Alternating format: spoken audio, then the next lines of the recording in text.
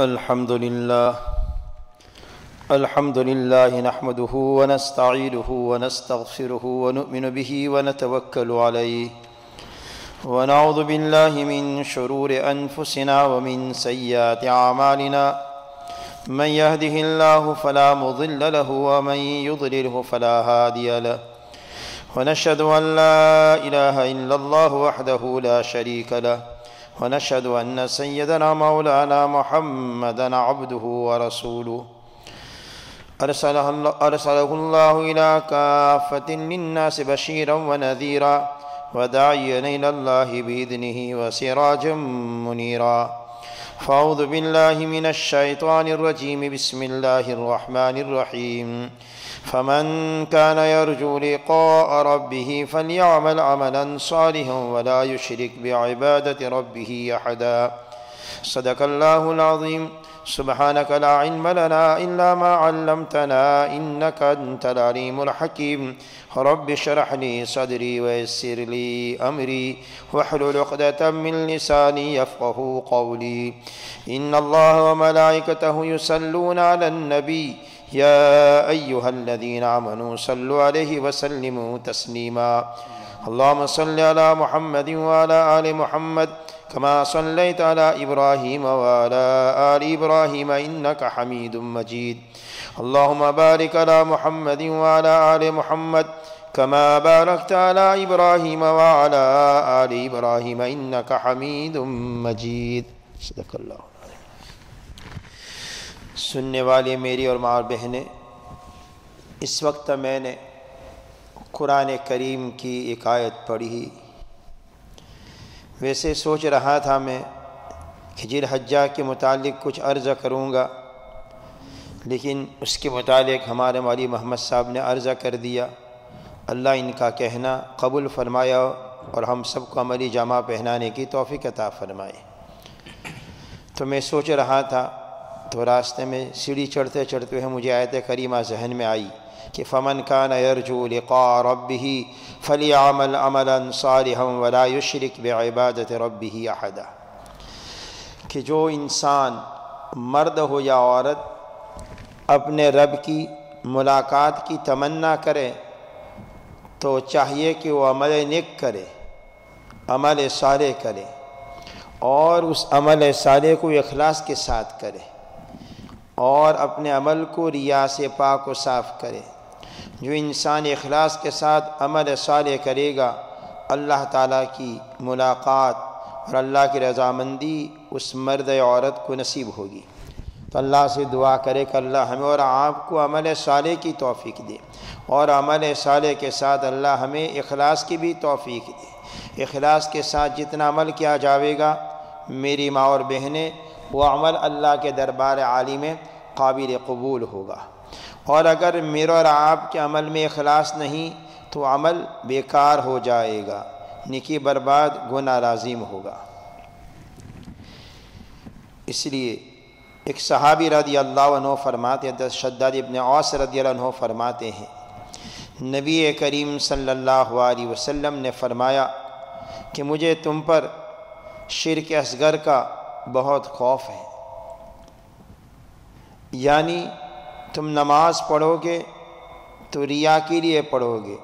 اگر کسی مرد نے کسی عورت نے نماز پڑھی دکھلاوے کے لیے، ریا کے لیے، شرک اصغر ہے۔ یا کسی نے دکھلاوے کے لیے روزہ رکھا، یہ شرک اصغر ہے۔ کسی نے دکھلانے کے لیے صدقہ دیا، یہ بھی شرک اصغر ہے۔ لیکن یہ شرک اصغر توبہ سے معاف ہوتا ہے، شرک اکبر توبہ سے بھی معاف نہیں ہوتا۔ لیکن اگر اپنے عملوں میں ریا ہو گیا، انسان ہے، بشر، اس سے بھول ہو جاتی ہے، فوراً اللہ سے توبہ کرنی چاہیے، اور اپنے عمل کو نماز پڑھے، روزہ رکھے، قرآن کی تلاوت کرے، جو بھی دین کا کام کرے، خالصتاً اللہ کی رضامندی کے لیے کرے، اللہ کو راضی کرنے کے لیے کرے۔ حضرت عمر بن خطاب رضی اللہ عنہ سے روایت ہے، وہ فرماتے ہیں ایک دن میں مسجد نبی صلی اللہ علیہ وسلم میں حاضر ہوا تو میں نے حضرت معاذ بن جبل رضی اللہ عنہ کو دیکھا حضرت معاذ بن جبل رضی اللہ تعالیٰ عنہ نبی اکرم صلی اللہ علیہ وسلم کے روضہ اقدس کے پاس بیٹھے ہوئے ہیں اور بہت رو رہے ہیں زار و قطار۔ حضرت فاروق اعظم رضی اللہ تعالیٰ عنہ نے پوچھا معاذ کیوں رو رہے ہیں؟ تو حضرت معاذ نے فرمایا اس رسول صلی اللہ علیہ وسلم سے میں نے ایک بات سنی تھی، اس بات نے مجھے رلا دیا۔ ایک بات میں نے اللہ کے رسول سے سنی تھی، اس بات نے مجھے رلا دیا۔ کہ وہ کون سی بات؟ تو اللہ کے رسول نے فرمایا تھا تھوڑا سا ریا بھی شرک اصغر ہے، تھوڑا سا ریا بھی شرک اصغر ہے۔ تو معلوم ہوا کہ میری ماں اور بہنیں ہمیں اپنے عملوں میں ریا سے پاک صاف کرنے چاہیے، خالصتاً اللہ کے لیے کرنے چاہیے۔ جس عمل میں اخلاص کے ساتھ ہم نے کیا عمل صالح کو، تو عمل صالح اللہ کے دربار عالی میں قبول ہوتا ہے، اور وہی عمل صالح جو اخلاص کے ساتھ کیا ہوگا دنیا کی مصیبت کے ٹلنے کا، دور ہونے کا ذریعہ بھی بنتا ہے۔ بخاری مسلم کی روایت ہے، بخاری مسلم کی حدیث ہے، جن میں میرے محبوب سرکار دو عالم صلی اللہ علیہ وسلم نے بنی اسرائیل کا ایک واقعہ، ایک قصہ بیان فرمایا ہے۔ انہوں نے اپنے گناہوں سے توبہ کی، اور توبہ کی برکت سے اللہ تعالیٰ نے ان کی ساری مصیبت کو دور فرما دی۔ بنی اسرائیل میں 3 آدمی تھے، تینوں سفر کر رہے تھے، ٹریولنگ کر رہے تھے۔ سفر کرتے کرتے راستے میں شام ہو گئی اور بارش بھی آنے لگی، تو انہوں نے سوچا کہ بارش سے بچنے کے لیے رات بھی آ گئی تو ہم اس پہاڑ کی غار میں جا کر ہم آرام کر لیں، پھر صبح چلے جائیں گے۔ یہ تینوں بنی اسرائیل کے ساتھی اس ماؤنٹن میں، اس غار میں چلے گئے۔ اب اندر داخل ہی ہوئے تھے کہ اوپر سے ایک پہاڑ سے اوپر سے ایک پتھر لڑکا اور دروازے پر آ کر بند ہو گیا، جیسے بالکل بند قبر، نہ ہوا آتی نہ روشنی۔ اب تینوں پریشان ہونے لگے کہ ہماری چھٹکارے کی، نجات کی کوئی سبیل نہیں، کوئی راستہ نہیں۔ ہم اپنی لائف میں سوچے کہ کون سا عمل خالصتاً اللہ کے لیے کیا تھا، جو ہم نے اپنی زندگی میں خالص عمل اللہ کے لیے کیا ہو، اس کا واسطہ دے کر اللہ سے دعا کرو، ہو سکتا ہے کہ اللہ تعالیٰ شانہ اس مصیبت کو دور فرما دے۔ تو ان تینوں ساتھیوں میں سے ایک ساتھی دعا کرنے کے لیے کھڑا ہوا اور اللہ تعالیٰ کے پاس، اللہ کے دربار میں عرض کرنے لگا کہ یا اللہ، میرے ماں باپ تھے اور میری بیوی بھی تھی، میرے بچے بھی تھے۔ میں روزانہ جنگل میں لکڑوں کے دھندے کے لیے جاتا تھا، اور شام کو جب واپس آ جاتا تھا اپنے گھر میں جانوروں سے دودھ نکالتا تھا، اور سب سے پہلے اپنے ابا اور اماں کو پلاتا تھا، پھر اس کے بعد اپنے بچوں کو، اس کے بعد بیوی کو پلاتا تھا۔ ایک مرتبہ ایسا ہوا کہ جنگل میں بہت دور نکل گیا، رات میں کافی دیر ہو گئی گھر پہنچنے میں۔ جب میں گھر پہنچا تو میں نے دیکھا کہ میرے ابا اور اماں دونوں سو گئے ہیں۔ میں نے جانور سے دودھ تو نکالا، اپنی عادت کے مطابق ابا اماں کے پاس آیا، دیکھا دونوں سوئے ہوئے ہیں۔ تو ان کو جگانا، نیند سے اٹھانا، تکلیف دینا میں نے اچھا نہیں سمجھا، مناسب نہیں سمجھا، تو میں ان کے سرہانے دودھ دے کر صبح صادق تک کھڑا رہا، حتیٰ کہ میرے بچے بھوک سے بلبلا رہے تھے، بیوی بھوک سے دودھ مانگ رہی تھی، لیکن نہ میں نے اپنے بچوں کو دودھ پلایا نہ اپنی بیوی کو دودھ پلایا۔ جب میرے ابا اور اماں اٹھے تو میں نے ان کو یہ دودھ پلایا، اس کے بعد میں نے اپنے بچوں کو پلایا، اس کے بعد بیوی کو پلایا۔ یا اللہ، میں نے یہ عمل جو کیا تھا خالص تیری رضا کے لیے کیا تھا، اگر یہ عمل تیرے دربار عالی میں قبول ہو تو اتنا یہ پتھر ماؤنٹن سے ہٹ جائے کہ ہمیں آسمان نظر آنے لگے۔ اس کی دعا کرنا تھا کہ حق تعالی شانہ نے اس پتھر کو اتنا ہٹا دیا کہ آسمان نظر آنے لگا اور اندر روشنی آنے لگی۔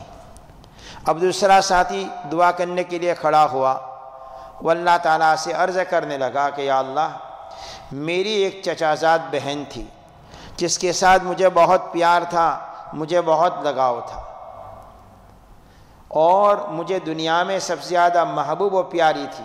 کوئی مرد اپنی عورت سے کتنی محبت کرتا، اس سے زیادہ میں اپنی چچزاد بہن سے محبت رکھتا تھا۔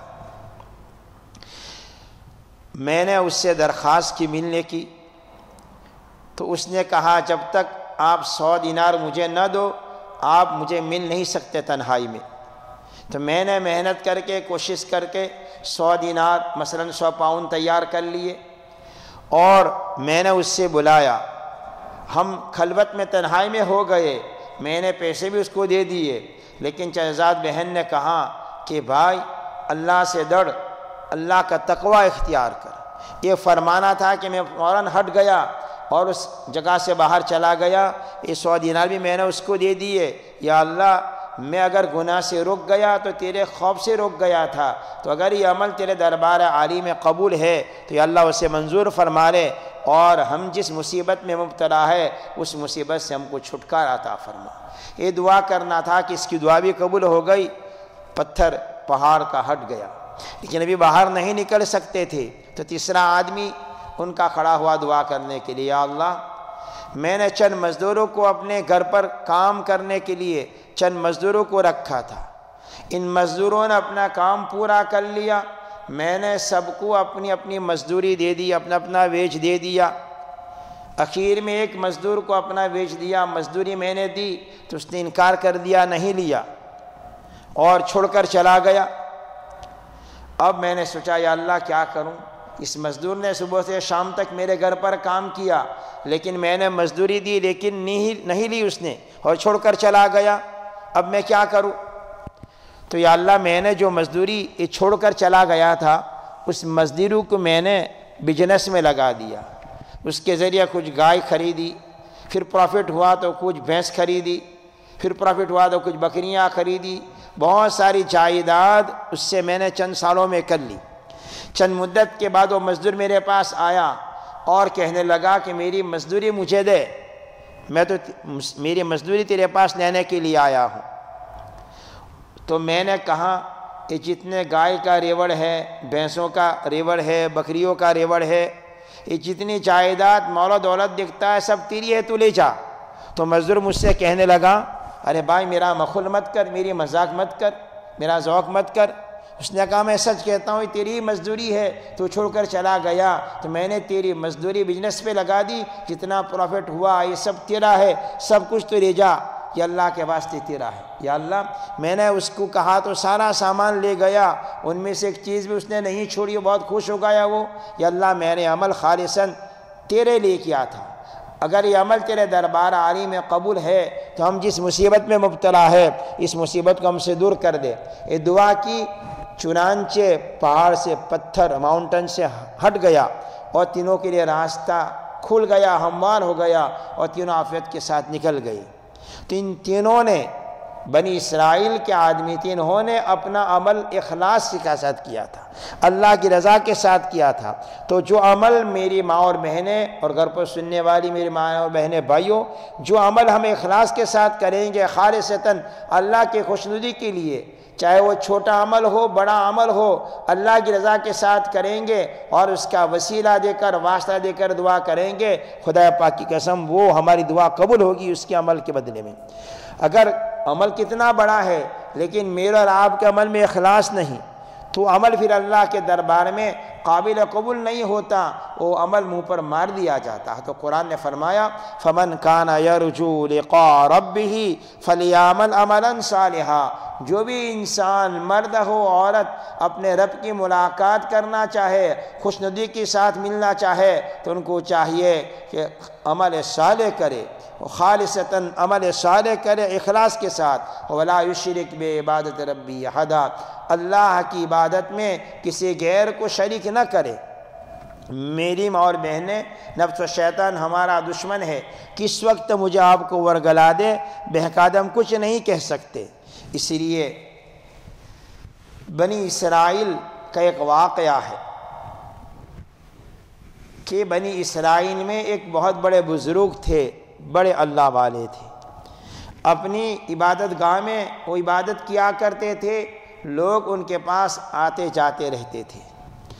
اب کچھ زمانے کے بعد کچھ ان کے مریدین، ان کے ملنے والوں نے اس اللہ والے بزرگ سے کہا، حضرت یہاں قریب میں ایک بستی ہے جہاں پر وہاں کے لوگ رہنے والے ایک ٹری کی درخت کی عبادت کرتے ہیں، ٹری کو اپنا گاڈ خدا بنایا ہوا ہے اور اس کی پرے کرتے، اس کی عبادت کرتے ہیں، لوگوں کو شرک سے بچانا چاہیے۔ لوگوں نے اپنے شیخ، اپنے بزرگ سے بات کہی، ان کو بھی بڑا غصہ آ گیا کہ اللہ کی مخلوق، اللہ کے بندے شرک میں مبتلا ہے، شرک کو دنیا سے مٹانا چاہیے۔ دوسرے دن فوراً اپنے کندھے پر کلہاڑا لیا اور لے کر چلے کہ میں اس درخت کو کاٹ دوں گا تاکہ درخت ختم ہو جائے، لوگ شرک میں مبتلا نہ ہو، شرک سے بچے، ایک اللہ کی عبادت کرے۔ اس بنا پر وہ گھر سے نکلے کہ چلو میں اس کو درخت کو کاٹ دوں۔ اب وہ تو اللہ کی محبت میں، اللہ کے جوش میں بڑے ولولے کے ساتھ جا رہے تھے۔ راستے میں ابلیس شیطان ایک بوڑھے انسان کی شکل میں ملا اور اس بزرگ کی ملاقات کی، اور بزرگ سے پوچھنے لگا ابلیس شیطان کہ بھائی حضرت آپ کہاں جا رہے ہو؟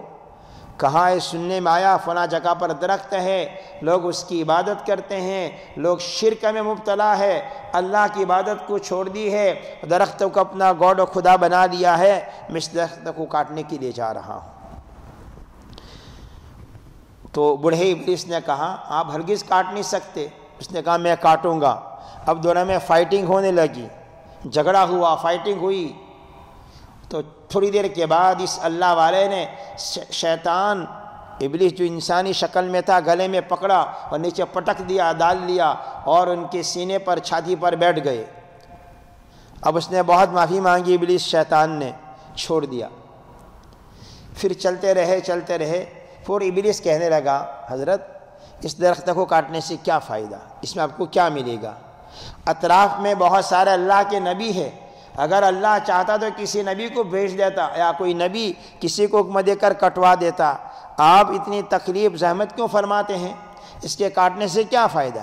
اگر آپ کاٹ بھی دیں گے تو اسی جگہ دوسرا بویا جا سکتا ہے، دوسرا درخت بھی پیدا ہو سکتا ہے، آخر فائدہ کیا؟ دیکھو میں آپ کو ایک رائے دیتا ہوں، ایڈوائز دیتا ہوں، آپ غریب ہیں، آپ لوگوں کے بوجھ بنے ہوئے ہیں، لوگ آپ کے پاس خانقاہ میں آتے جاتے رہتے ہیں، آپ کی فیملی بھی ہے، آپ بھی چاہتے ہیں کہ اللہ کے بندوں کی، مخلوق کی خدمت کرے، مدد کرے۔ میں ایک آپ کو ایڈوائز دوں، رائے دوں، آپ یہاں سے مڑ جاؤ، روزانہ صبح میں فجر کے بعد آپ اپنا تکیہ اٹھا کر دیکھنا، روزانہ 2 درہم آپ کو مل جایا کریں گے، آپ کا گزارا اوقات بھی صحیح طریقے سے ہوگا، اللہ کے بندوں کی خدمت بھی آپ کریں گے۔ تو اس بزرگ نے سوچا یہ بوڑھا کہتا تو بات صحیح ہے یار، نہ میں کوئی نبی ہوں، نہ اللہ نے مجھے کوئی حکم دیا ہے، اس کی بات تو صحیح سمجھ میں مجھے آ رہی ہے۔ اب اس شیطان کے بعد میں بزرگ اللہ والے بھی آ گئے اور وہاں سے مڑ کر واپس گھر چلے آئے۔ رات ہو گئی، سو گئے، فجر کی نماز پڑھی، تکیہ اٹھا کر دیکھا 2 درہم مل گئے، 2 پاؤنڈ مل گئے، 2 درہم مل گئے، بہت خوش ہو گئے۔ چلو گزارا اوقات میرا بھی اچھا ہوگا، غریبوں کی میں مدد بھی کروں گا، تعاون بھی کروں گا۔ پہلے دن ملے، دوسرے دن ملے، تیسرے دن ملے، چوتھے دن جب فجر کی نماز ہوئی وہ اللہ والے اٹھانے گئے، تکیے کے نیچے کچھ نہیں ملا، صفا کچھ نہیں۔ ان کو بڑا غصہ آ گیا، پھر کلہاڑ لیا اور چلے۔ راستے میں وہی ابلیس بوڑھے کی شکل میں ملا، کہا حضرت کہاں جا رہے ہو؟ وہ درخت کو کاٹنے کے لیے جا رہا ہوں، لوگ شرک میں مبتلا ہے، شرک کو مٹانا ہے۔ کہا حضرت وہ بات ختم ہو چکی ہے، تم نہیں کاٹ سکتے۔ کہا میں کاٹ کے رہوں گا۔ کہا نہیں کاٹ سکتے ہو، اب وہ طاقت و قوت نہیں رہی کہ آپ کاٹ سکو۔ اب دونوں میں مقابلہ ہوا، تو پہلی دفعہ تو یہ اللہ والے اس پر قابو پا گئے تھے، اب شیطان ابلیس بوڑھے نے ان کو ڈال دیا اللہ والے کو، اور اللہ والے کے سینے پر بیٹھ گئے۔ کہ آپ نہیں کاٹ سکتے، آپ کی جان سے آپ کو مار ڈالوں گا، آپ یہاں سے گھر واپس ہو جاؤ۔ تو کہا چلو میں چاہتا ہوں، لیکن یہ کیا بات ہے کہ وجہ بتلاؤ کہ پہلی مرتبہ میرا آپ کا مقابلہ ہوا تو میں تجھ پر غالب آ گیا، میں نے تجھ کو ڈال دیا تو میرے سینے پر بیٹھ گیا۔ اب دوسری مرتبہ میرا تیرا مقابلہ ہوا تو نے مجھے ڈال دیا تو میرے سینے پر بیٹھ گیا، اس کی وجہ کیا ہے مجھے سمجھ میں نہیں آتا۔ تو شیطان ابلیس نے کہا کہ پہلی مرتبہ تم جب گھر سے چلے تھے تو خالصتاً اللہ ہی کے لیے چلے تھے، اللہ ہی کے لیے غصہ تھا۔ جب اللہ ہی کے لیے چلے، اللہ ہی کے لیے غصہ تھا، تو آپ مجھ پر غالب آ گئے۔ اب دوسری مرتبہ میں تم پر غالب آ گیا، اس بنا پر غالب آ گیا، اب تمہارا غصہ درہم و دینار نہ ملنے پر تھا کہ پہلے دینار 2-3 دن ملا، اب نہیں ملے، تو درہم و دینار نہ ملنے پر تھا، پیسے نہ ملنے پر تھا، دنیا کے لیے تھا، اللہ کے لیے نہیں رہا۔ اس بنا پر تمہاری روحانی طاقت ختم ہو گئی، اب میں غالب آ گیا۔ تو دیکھو میری ماں اور بہنیں، یہ اللہ والے کتنے بڑے اللہ والے بزرگ تھے بنی اسرائیل میں۔ جب تک اللہ کے لیے عمل کرتے رہے تو اللہ کی نصرت رہی، اللہ کی مدد رہی۔ ذرا نظر اور دھیان اور خیال بدلا اور تھوڑی سی دنیا آ گئی تو ان کا یہ عمل اللہ کے دربار میں قابل نہیں ہوا، شیطان پر قابو پا گیا۔ تو معلوم ہوا میری ماں اور بہنیں، جو بھی عمل ہو، ہم چھوٹا کرے یا بڑا عمل کرے، خالصتاً اللہ ہی کے لیے کرے، اس عمل میں کسی غیر کو شریک نہ کرے۔ اگر ہم شریک کر لیں گے تو وہ عمل خدا کے دربار میں قابل قبول نہیں ہوگا۔ میرے ماں بہنیں، اللہ نے مجھے اور آپ کو پیدا فرمایا، زمین کی ساری چیزیں اللہ نے میرے آپ کے لیے پیدا کر دی۔ هو الذی خلق لکم ما فی الارض جمیعا، اور ساری تربیت کے انتظام، پرورش کے انتظام سارے اللہ ہی نے کر دیے۔ تو معلوم ہوا وہی ہمارا خالق ہے، وہی ہمارا اللہ ہے، وہی ہمارا آقا ہے، وہی ہمارا حاکم ہے۔ تو ہمیں ہمارے خالق اور ہمارے اللہ جو پیدا کرنے والے ہیں، اور زمین کی ساری چیزیں ہمارے خدام کے لیے، خدمت کے لیے پیدا کر دی، میری آپ کی تربیت ضرورت کے لیے اللہ نے پیدا کر دی۔ تو ہمیں چاہیے کہ اتنی نعمتیں اللہ دینے والے ہیں تو اس خدا ہی کی عبادت کرنی چاہیے۔ ایک اللہ ہی کی خوشنودی کے لیے چاہے چھوٹا عمل کرے، بڑا عمل کرے، چاہے نماز کا عمل ہو، قرآن کی تلاوت کا عمل ہو، روزے کا عمل ہو، صدقہ کا عمل ہو، ہم خالصتاً اللہ کی رضا کے لیے دیں۔ ابو ذر رضی اللہ عنہ فرماتے ہیں، اللہ کے رسول نے فرمایا، سبحان اللہ کہنا بھی صدقہ ہے، الحمدللہ کہنا یہ بھی صدقہ ہے، اللہ اکبر کہنا یہ بھی صدقہ ہے، اچھی باتوں کا حکم کرنا یہ بھی صدقہ ہے، بری باتوں سے روکنا یہ بھی صدقہ ہے، میاں کا اپنی بیوی سے ملنا، ہم بستری کرنا یہ بھی صدقہ ہے۔ صحابہ کرام نے پوچھا، اللہ کے رسول، مرد اپنی جنسی خواہشات کو پورا کر اس میں بھی ثواب؟ اللہ کے رسول نے فرمایا، اگر مرد ہی جنسی خواہشات کو اگر غلط حرام جگہ میں استعمال کرتا تو کیا گناہ نہیں ہوتا؟ یہ طیب حلال جگہ میں استعمال کر رہا تو اس سے صدقے کا ثواب ملے گا۔ تو میری ماں اور بہنیں، ہر عمل چاہے چھوٹا ہو یا بڑا ہو، خالصتاً اللہ کے لیے کرنا چاہیے۔ حدیث میں آتا، ابو ہریرہ راوی ہے، اللہ کے رسول نے فرمایا، ایک فاحشہ عورت تھی، اس فاحشہ عورت کی، بدکار عورت کی اللہ نے مغفرت فرما دی۔ کس عمل پر مغفرت فرما دی؟ تھی فاحشہ، گنہگار، نافرمان تھی، لیکن ایک دن گزر رہی تھی راستے پہ، ایک کنویں کے اوپر ایک کتا نظر آیا، پیاس سے پڑا ہوا تھا اور جان اس کی حلق میں پہنچ چکی تھی۔ عورت نے محسوس کر لیا ایک کتا، گرمی شدید ہے، پیاسا ہے، اس کو پیاس ترس لگی ہے۔ اس عورت نے اپنے دوپٹہ اوڑھنی کو لیا اور اپنا ساکس موزے کو نکالا اور کنویں میں ڈالا۔ جو کنویں میں ڈالا اور اپنا موزے کو ڈبویا اور کھینچا تو کنویں کے اندر سے موزے کے اندر پانی آیا، وہ نچوڑ کر کتے کو پلایا، پھر ڈالا، پھر نکالا، پلایا۔ اللہ تعالیٰ کو اس بندی کا عمل پسند آ گیا، اللہ نے مغفرت فرما دی۔ حدیث میں آتا ہے، ہر تر جگر، ہر کلیجہ والی، ذی حیات جان رکھنے والی مخلوق پر رحم کرو، کیا معلوم اللہ کو میرا آپ کا عمل پسند آ جائے، اللہ مغفرت فرما دے۔ یہ عورت فاحشہ تھی لیکن ایک کتے کو پانی پلا دیا، اس عمل پر اللہ تعالیٰ شانہ نے مغفرت فرما دی۔